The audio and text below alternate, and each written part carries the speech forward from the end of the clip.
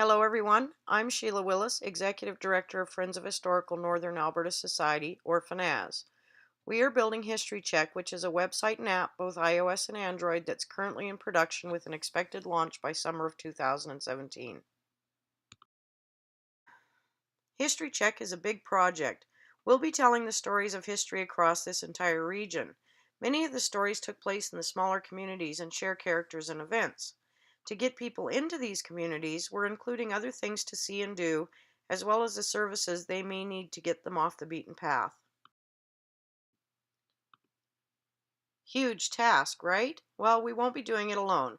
We have numerous volunteers ready to start adding points of interest, including the organizations listed here. So far in our temporary database, we've already topped 1,700. The map we just showed you will soon look like this. This is a mock-up of the History Check home map. The map can be manipulated just as Google Maps are, and the various points that you see are the primary icons. When you select one of the primary icons from the screen, it then fills a new screen and shows the user what's available in that area. The user can then select any of the categories listed, or they can select all. A close-up view of that area then appears. We're still working on the point of interest icons, but these are from Alberta Parks and we have written permission to use them. The blue icons are the historical points of interest. Eventually, they'll be graphically correct to give the user a better idea of what the story might be about, just as with the other icons that indicate things to do and services offered. To give you a better idea of some of the stories that will be on the map, I'll give you these examples here.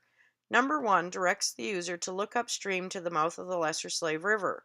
We'll tell the story of Mirror Landing, but we're not going to be very specific about where it is, as it's on private land. Number 2 marks the trail that went from Mirror Landing to Moose Portage, a portion of which can still be hiked. 3 is a grave site.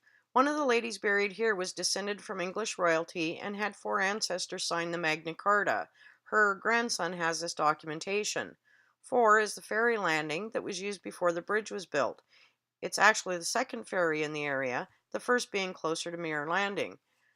5 will tell the story about the first crossing on the Smith River Bridge and that it was built by the U.S. Army Corps of Engineers. 6 is the old mill yard. Places like this give us the opportunity to tell about the logging history, box factories, and other industry. 7 through 10 are all sites to do with railway history. On sites like these, we need to ensure that we're able to tell the story, bring the people near the sites, but also to keep them on public land. We also want to ensure that we have the actual sites of the original train station, roundhouse, etc. for future research. I'll tell you how we're going to deal with that in a bit. 11 is the site of the Catholic Church, which includes a cemetery on the grounds. The building that is here now was built in the 60s. The original log cabin church, where Father or Bishop Gerard used to take naps in the attic, has been moved to the Mosquito Lake Museum. FNAS has renovated the current building, which had not been used for 15 years, for our offices to bring new life to an old building. By selecting any of the previous icons, the information or story of that site then loads. The example on the left is a historical point of interest, and the one on the right is for a business or service. All of the points of interest follow the same format. There will be a slideshow of 3 pictures with photo credits included. In addition to the descriptive title, we'll also be supplying the GPS coordinates. If the point of interest or POI is in an area with poor cell phone service, they can always find it with an actual GPS or the one in their car. The nearest services allows them to better plan their trip. The story or description telling the user of the historical value of this place goes here. If the story is longer than the space allows, it will be linked to a document that gives the complete story. The For More Info space is where the user, other researchers, historians, etc. can find where we gathered the information to create the story and supporting documentation. If it's a book, we'll supply the title, author, and if possible, the ISBN number. If it's an online reference, the link will be provided. If it's through an archives, their name, accession, and file numbers will be added. Looks good, but how does it work? Essentially, we're creating a database of which certain fields will provide information to the POI or point of interest. Each file that provides this info will be given a number and assigned to a primary icon. The story that appears on the POI is in red, and the blue is the references and links. Notice how I'm in the midst of creating this story and have basically been copy pasting and transcribing information that I will use to create the story. And how I'm also adding it here. This creates the documentation that will be listed on the POI. Now we'll take a closer look at this area. This is how we will tell the database where the file will be shared. If the file was information that would not be available to the public, all of these answers would be reversed.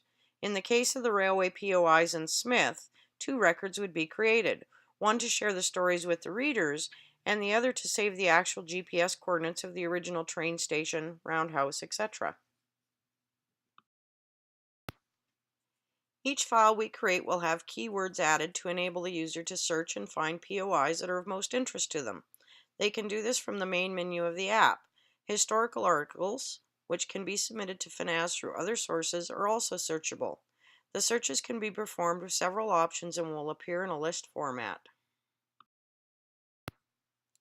No POI can be published other than by a FNAS team member, but we are requesting that other historians and researchers submit the sites to us so that we can create the historical points of interest.